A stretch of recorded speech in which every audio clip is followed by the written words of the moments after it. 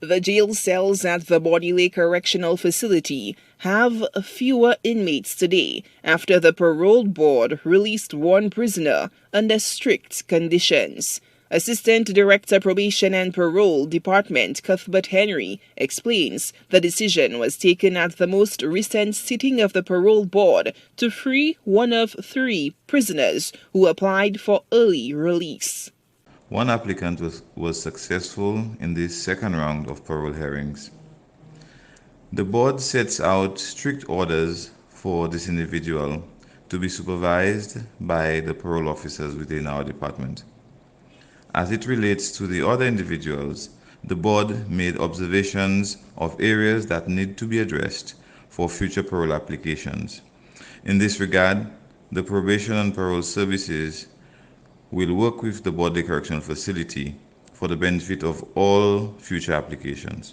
The parole system looks to address one of the long-standing issues affecting the BCF, overcrowding. It also aims to reintegrate offenders who were incarcerated for many years behind bars back into society. We welcome this new parolee to a parole regime of success currently in effect, where our current clients have settled well and are contributing sufficiently and meaningfully to the St. Lucian society.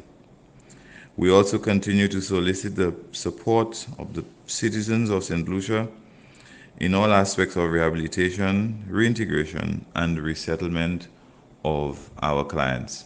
In 2020, 2 males serving time for separate murder offenses had their cases heard by the parole board.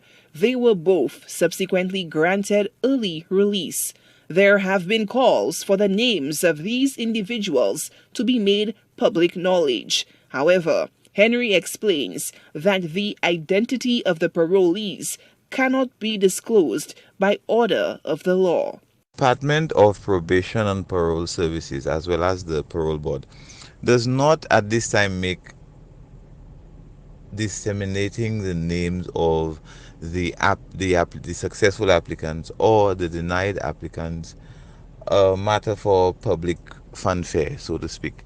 The parole activity is a public function of the criminal justice system, that arm of the criminal justice system, where the media is able to attend a parole hearing and concerned members of the public can ask to attend a parole hearing.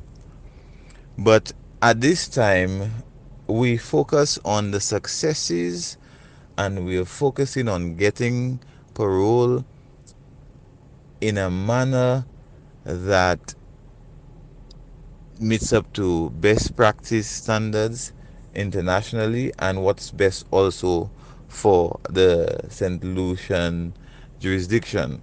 Chapter 4 on Punishment, Pardon, Remission, Rewards, and Miscellaneous Matters of the Criminal Code, Part 2, Types of Punishments, Subpart E, Probation, 1161, Breach of Requirement of Probation Order 1, subject to subsection 2, reads: If at any time during the probation period it appears to a judge or any magistrate that a probationer has failed to comply with any of the conditions of the probation order, he or she may issue a summons requiring the probationer to appear at the place and time specified in the summons, or may issue a warrant for his or her arrest.